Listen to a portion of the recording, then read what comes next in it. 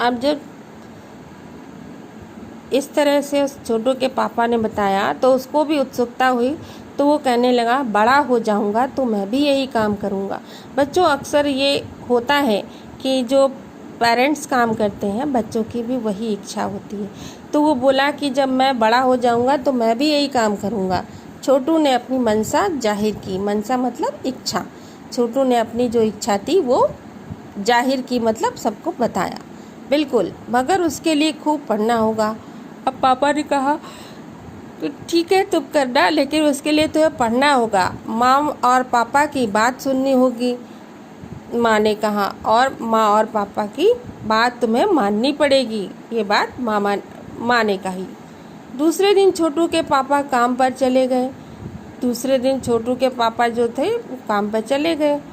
देखा तो control room का वातावरण बदला बदला सा था।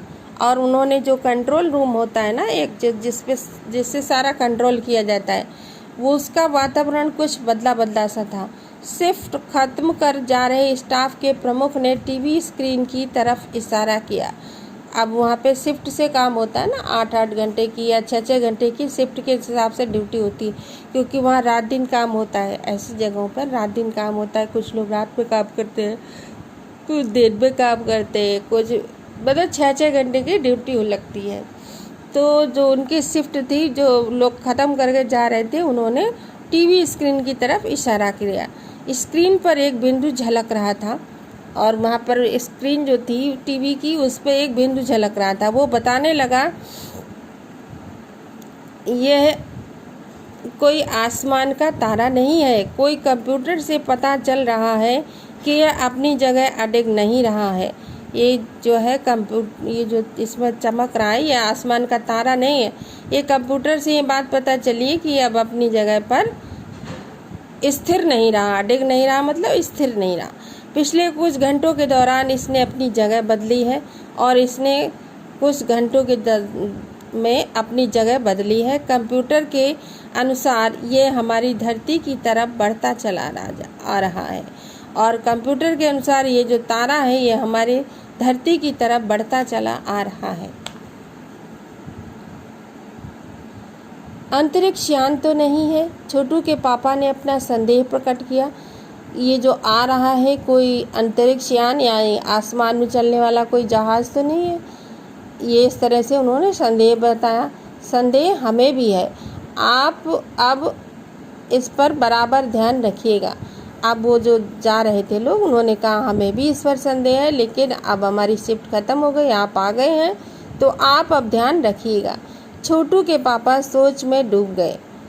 क्या सचमुच अंतरिक्ष यान होगा? कहाँ से आ रहा होगा? उसने सोचना शुरू किया छोटू के पापा ने कि क्या सचमुच अंतरिक्ष यान होगा, और ये कहाँ से आ रहा होगा? सौर मंडल में हमारी धरती के अलावा और कौन से ग्रह पर जीवों का अस्तित्व होगा, और जीव जो हैं उनका अस्तित्व पृथ्वी के अलावा और कहाँ हो सकता है? कैसे हो सकता है? और अगर होगा भी तो क्या इतनी प्रगति कर चुका होगा कि अंतरिक्ष यान के अब हमारे लिए के अंतरिक्ष यान छोड़ सके? और अगर इतना उसमें विकास भी नहीं हुआ होगा जितना पृथ्वी पर हो चुका है, तो वो अंतरिक्ष यान छोड़ सके, इतनी तो डेवलपमेंट उसका नहीं हुआ होगा। वैसे तो हमारे पूर्वजों ने भी अंतरिक्ष यानों उपग्रहों का प्रयोग किया था, और जो हमारे पूर्वज थे पहले वाले लोग, उन्होंने अंतरिक्ष यानों का और उपग्रहों का प्रयोग किया था। कैसे बता सकते हैं? क्योंकि देखो, भगवान राम पुष्पक विमान से आए थे। उस समय वो विमान तब भी बोला गया था पुष्पक विमान, तो वो उड़ के आया था ना। तो आजकल भी जहाज उड़ते हैं, तो पहले भी ये था, ठीक है, मगर अब हमारे लिए यह संभव है। अब हमारे लिए ये बात संभव हो चुकी है कि हम भी उड़ के जा सकें। उसके लिए आवश्यक मात्रा में ऊर्जा तो हो, लेकिन उसके लिए हमारे अंदर आवश्यक शक्ति भी होनी चाहिए, ताकत भी होनी चाहिए।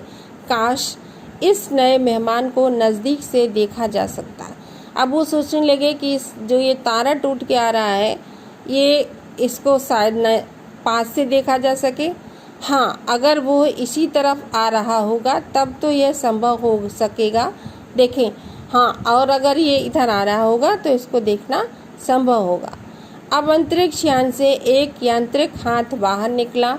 हर पल उसकी लंबाई बढ़ती ही जा रही थी और जो अंतरिक्ष यान छोड़ा गया था उससे एक यांत्रिक हाथ बाहर निकला और हर पल उसकी लंबाई जो थी बढ़ती ही जा रही थी।